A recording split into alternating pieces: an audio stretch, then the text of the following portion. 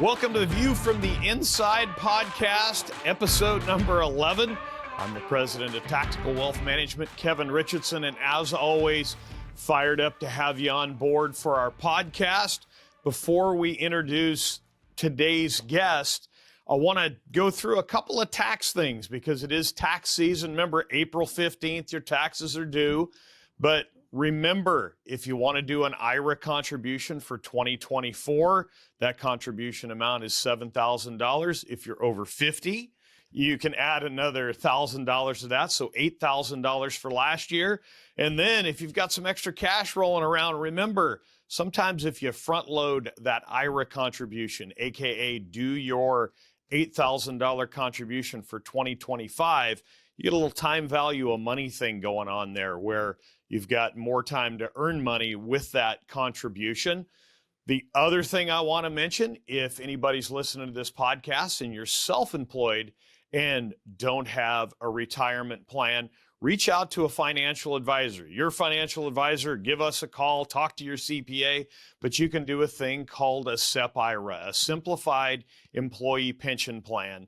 And the high level there is you can put 25% of your income pre-tax into this SEP IRA and create yourself a pension plan if you're self-employed. The other thing I'll mention as I geek out about taxes here before we introduce our guest, this past year, we had quite a few clients take advantage of doing qualified charitable distributions. And that sounds like a big deal, but if somebody listening to this podcast is in their 70s and you're required to do your required minimum distribution out of an IRA, or if you've got a parent that's in that situation, remember, you can do a qualified charitable distribution. And what that means is you can satisfy that RMD and donate that money to a 501c3, a nonprofit. So if you're in that situation where you're doing RMDs and you're making contributions to your favorite charity, you want to check into using that RMD to do that charitable contribution because it does two things. It satisfies the required minimum distribution. And then the second thing that it does is it eliminates that money from being taxable. Remember, any money that comes out of that IRA, it counts as income on your tax return. So keep that in mind. When you do those, you want to make sure that you've got a checkbook on that IRA so you write the check directly to the charity or do an ACH distribution. But your financial advisor ought to be able to tell you how to do that. You can talk to your CPA about that. But a great way to satisfy that RMD and also take care of a nonprofit. Also want to mention, this is an individual tax or legal advice. Those matters should be discussed with your tax or legal professional. Now that we're done with the tax moment here, we're going to introduce our guest. When we're talking about 501c3s, she works for a really impressive nonprofit. Our guest is Meredith Evans. She is the communications and digital media coordinator for the Ventana Wildlife Society. And one of the things that I've loved about doing this podcast is I feel like I've been really fortunate with both my broadcasting career, that's my weekend gig, if you will, and my financial advisory career, because we've been able to take people that we've run across and fold them into this podcast. And somebody like Meredith, we were talking the other day when I approached her about being on this podcast. It was probably 15 plus years ago when I was working at Merrill Lynch. I needed a headshot for the website. Meredith is a photographer, got those things done with her. We've updated those headshots over the years. But all of a sudden, Meredith has got this super cool job at the Ventana Wildlife Society, and I thought it would be a great opportunity, since we used the lead in there on the donations to a 501c3, to get Meredith on and talk about this job that she has. So first off, Meredith, welcome to the View from the Inside podcast. I understand this is your first podcast that you've ever been on. Yes. Hello, everybody. Thanks for having me on, Kevin. Tell us a little bit about what the Ventana Wildlife Society does. Now, I understand what you guys do. To give our listeners a little more background on this, you guys are literally right across the hall from Tactical Wealth Management. So when you guys move in, I jump on the website, check it out. But talk about VWS and what you guys do. So Ventana Wildlife Society, otherwise known as VWS, is a nonprofit that is working towards restoring the California Condor to the wild. We started in 1997 and then in 2003 partnered with the National Park Service to bring condor conservation and restoration to Pinnacles National Park. And so now there are two flocks, and we work together to keep this flock sustainable, working towards the goal of having them be self-sustainable. But there's some environmental factors right now that are human caused that we're working on mitigating so that that can happen. And we started in 1997 with the California Condor, but we had been working with the bald eagle previously. I was not on board during that time, but they restored the bald eagle to Central California. And so once that was successfully, that population was able to sustain itself, we started with the California Condor, and here we are today. So 1997, 2003, and now 2025. And so that's what we're doing right now. And then we are combining the California, restoring the California Condor to the environment to Central California with outdoor education. So the generations that are coming up are learning about the environment, learning to, some people don't have access to outdoor activities and things like that. Transportation is an issue. Our education department takes people outdoors and uses nature as a classroom. And so basically they encourage the kids to contribute personally in everyday life to the protection of our environment, and then also, hopefully grow an understanding and an appreciation for nature. And a couple of really cool numbers that I pulled off of the website. And I knew that the Condor number had gone way down. And I'm going to go back to the early 70s, being out at a friend's cattle ranch in Central California. And it was actually, my dad and I saw a condor in the wild in the early 70s. That's amazing. Yeah, it really is. Thinking about it now, of course, you always kind of pattern those things that you see as a kid. Well, gosh, I thought, condors were everywhere.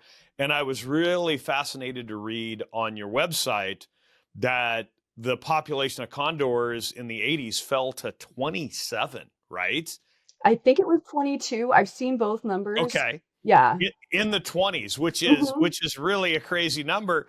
And then the cool part was, you jump on the website, you guys actually have the condor counter on there, we right? Do. It'll tell us the actual number. Yes, we do. So it's 565 individuals total right now.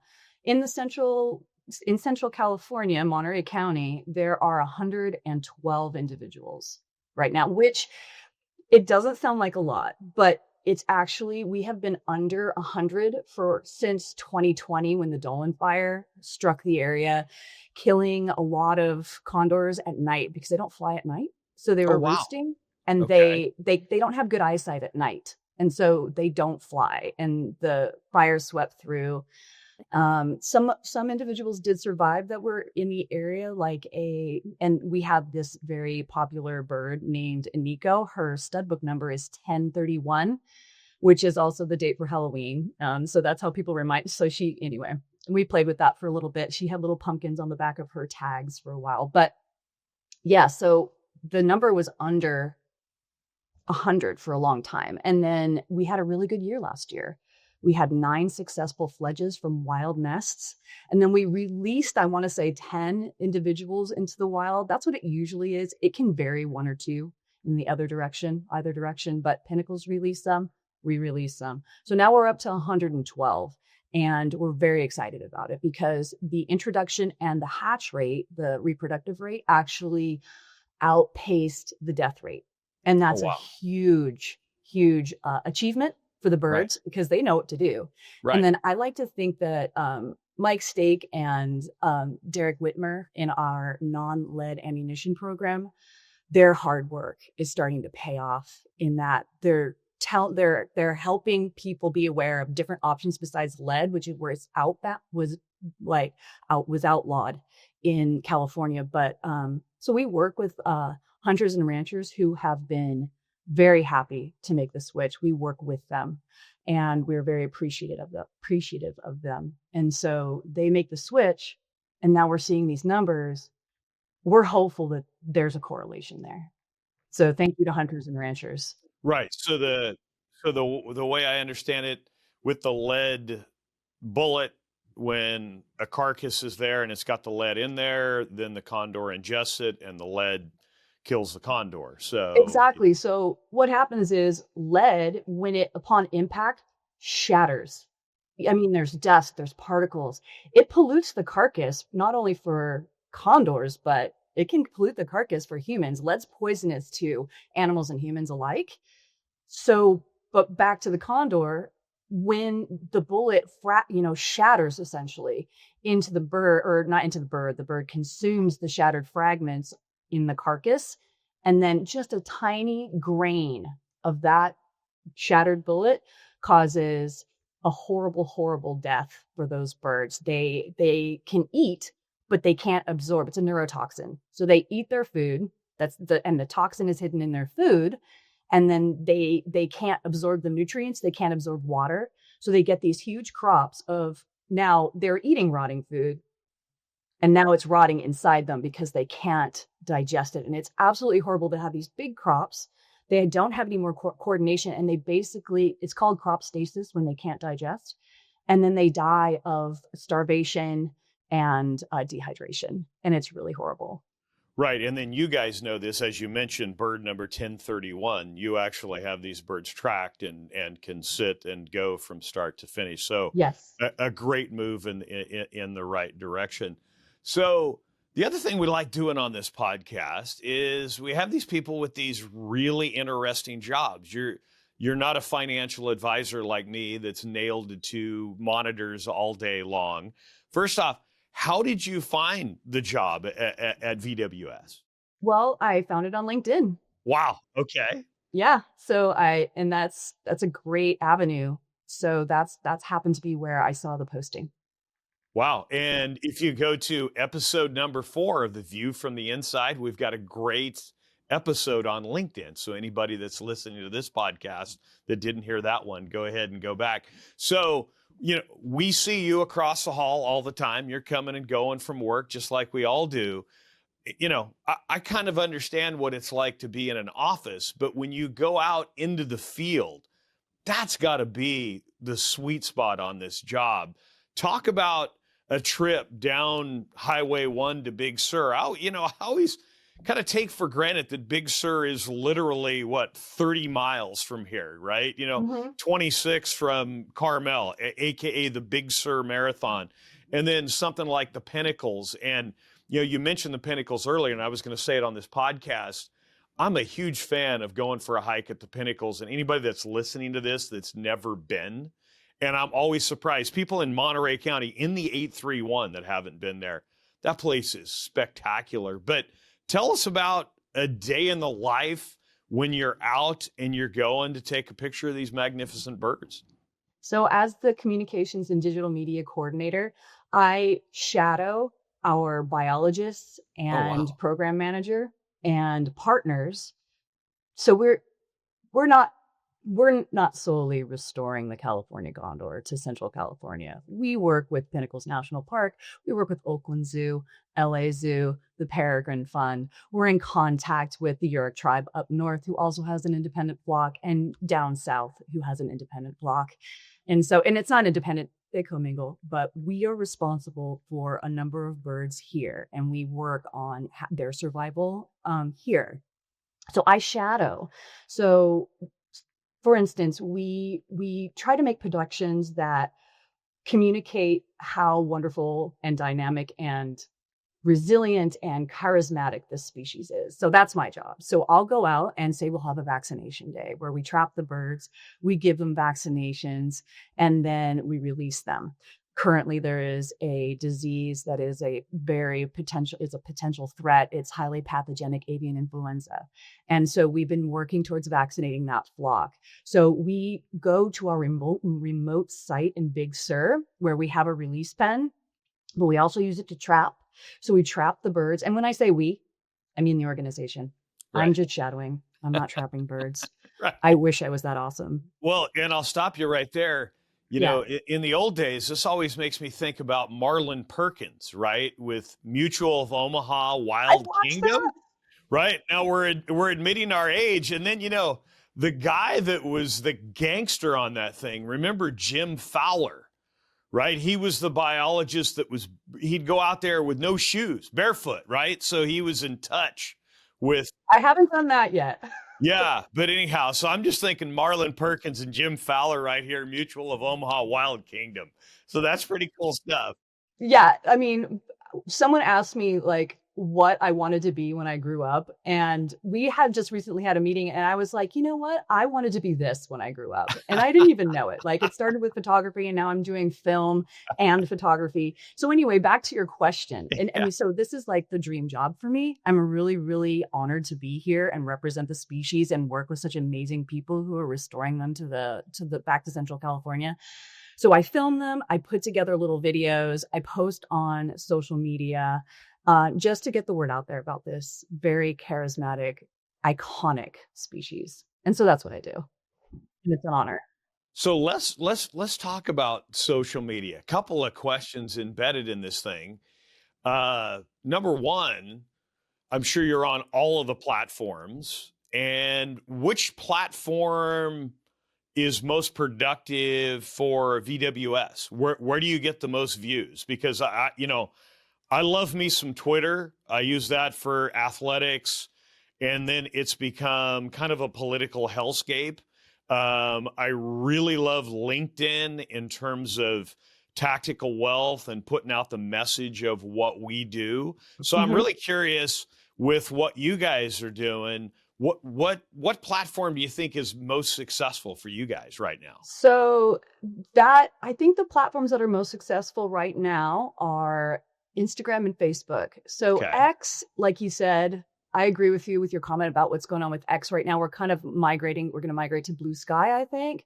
I don't see the harm in maintaining an X account, but we definitely feel that our audience might be on Blue Sky, which is a Twitter or X, not equivalent. I don't want to say that because I really don't want to tie them together. I don't know about Blue Sky, but to answer your question, it would be Facebook and Instagram, but we also use the platforms for different reasons. So the platforms that I just mentioned, Facebook and Instagram, they have shorter posts. But if I want to put together an informational video about the H5 vaccinations that we're currently doing and what the status is of the birds and the vaccinations, I'll create a longer video. I'll post that on YouTube. So basically, we want to have a comprehensive approach to this, getting the word out there. Longer videos if you want to watch them, but then also, hey, here's a pretty sunset with the birds with mating displays and show the beauty. So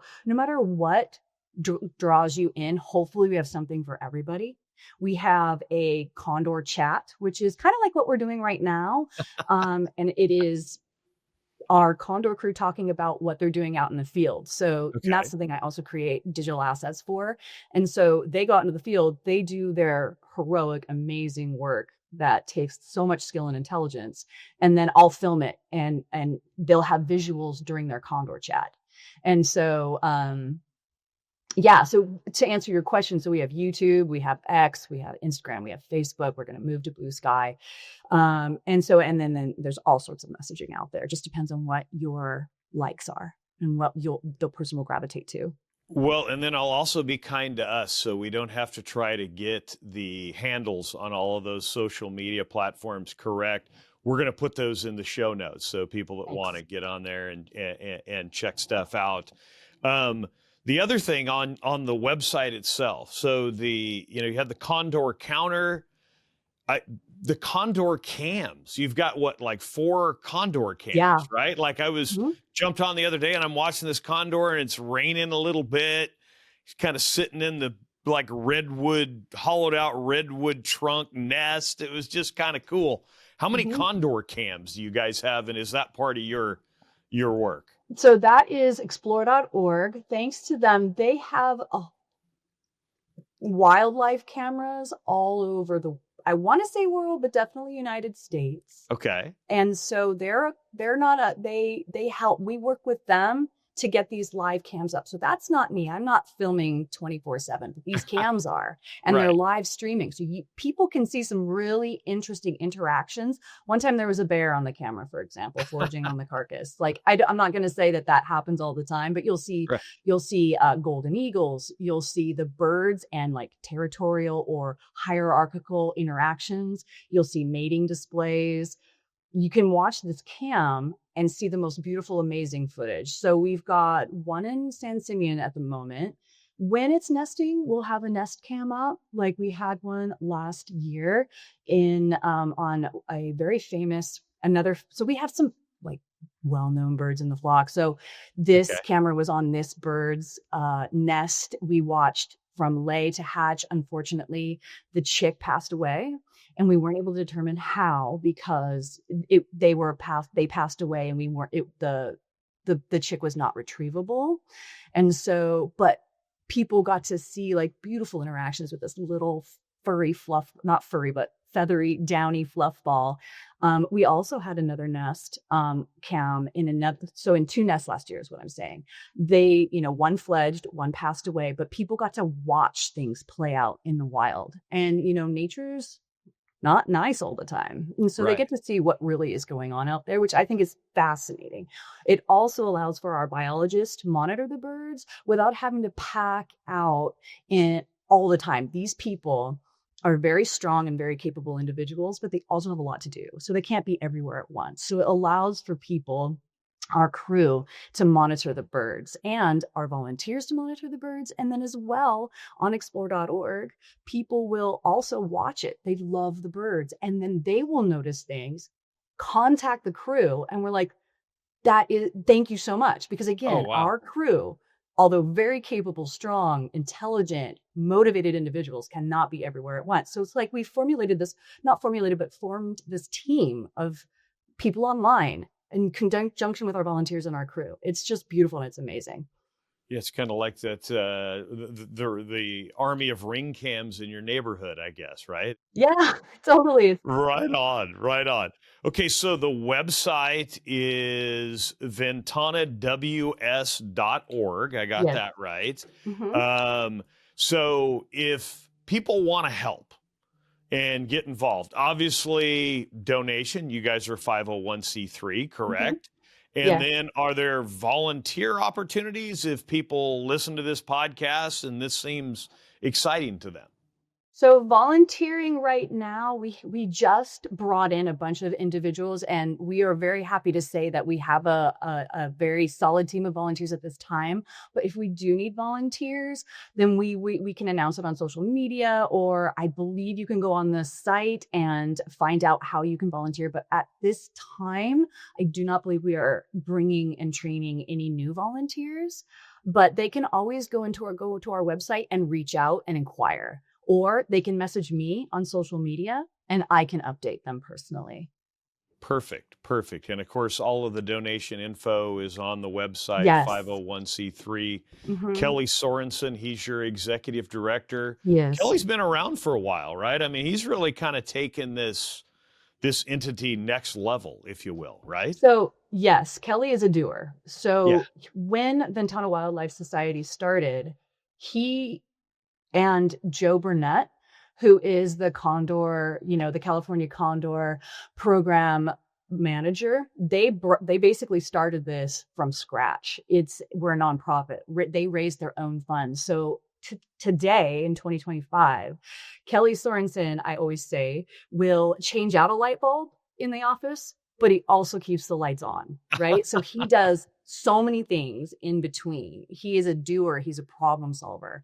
And so I really admire that about him. I am amazed because like he'll be under the sink in the break area fixing the plumbing, and then he'll go in a jacket and like to a formal event and give a presentation to donors, and everything in between. And it's just amazing to see. And I appreciate that. So yeah, but yes, to donate is, we're a nonprofit and we depend on donations and some federal funding, which, is been talked about recently. And so we are wanting to prepare for being able to be we are self-reliant, but also we do take federal funds. And so we're kind of like gearing up on maybe upping the more self-reliant right now, just in case. Can't say where it's going to go, but we're always having a plan B and being prepared for where it will go. Right. So yeah, donations are much appreciated for sure. Well, yeah, and if I know Kelly, wherever it's got to go, he'll get the Ventana Wildlife Society there. That's for sure. Yes. Right on. Well, Meredith, thanks so much for spending some time with us. That was super fun. I felt like I knew a lot about your job just knowing you personally, and I learned a little more. That was great. And again, we'll get all those social media feeds out in the show notes so people can jump in and check it out. Thanks, Kevin. Do you think that people would want a couple of pieces of advice on where to see condors in the wild in Central California? Yes, that'd be a great way to send them off. Yeah. Awesome. Well, thanks for having me on. And everybody, if you want to go see a condor in the wild, you can go to Highway 1 at mile marker 41. It's right before the Coast Gallery. And there's a pull out there, and there is a beach with seals on it. And that is the territory of a mating pair that are often in that like area flying around, either they're above, perched on rocks, feeding on a carcass that's washed up. You can also go to Pinnacles National Park and hike up to the high peaks. If you are in Salinas, Monterey, Carmel, you can take the west entrance, go in, park, and hike up to the high peaks. The east entrance is also an option for people who are coming from the other direction from up north, or if you just prefer to change the area in which you're hiking up. So those are and then go to the top of the high peaks. Perfect. And per my experience, in the 70s, when you see one, you will know what you saw. They're amazing. We see them all the time, and every time I'm still amazed. Yeah. Well, again, amazing visit today. Thanks so much for your time. I want to thank you for coming and helping us out and making this podcast what it is. Want to thank everybody for tuning in. As always, best thing you can do, give us a follow, share this podcast. If you got a financial question, give us a call, 831-717-1144. Shoot us an email, krichardson@TAC-Wealth. We always love talking finances. Hey, we'll talk California Condors if you call in. And again, thanks to Meredith. Want to thank our producer, Bill Tucker. And on behalf of Meredith, want to thank the great people at Proudmouth for producing this. And thank you for tuning in. And so long until next time. Thanks, Kevin. Thank you for listening to the View from the Inside podcast with Kevin Richardson. Click the follow button to be notified when new episodes become available. To ask questions about topics covered during the show, head over to www.tacwealth.com. And don't forget to check the show notes for additional contact information. Kevin Richardson is a registered representative with and securities offered through LPL Financial, member FINRA SIPC. The opinions voiced in this podcast are for general information only and are not intended to provide specific advice or recommendations for any individual. To determine which strategies or investments may be suitable for you, consult the appropriate qualified professional prior to making a decision.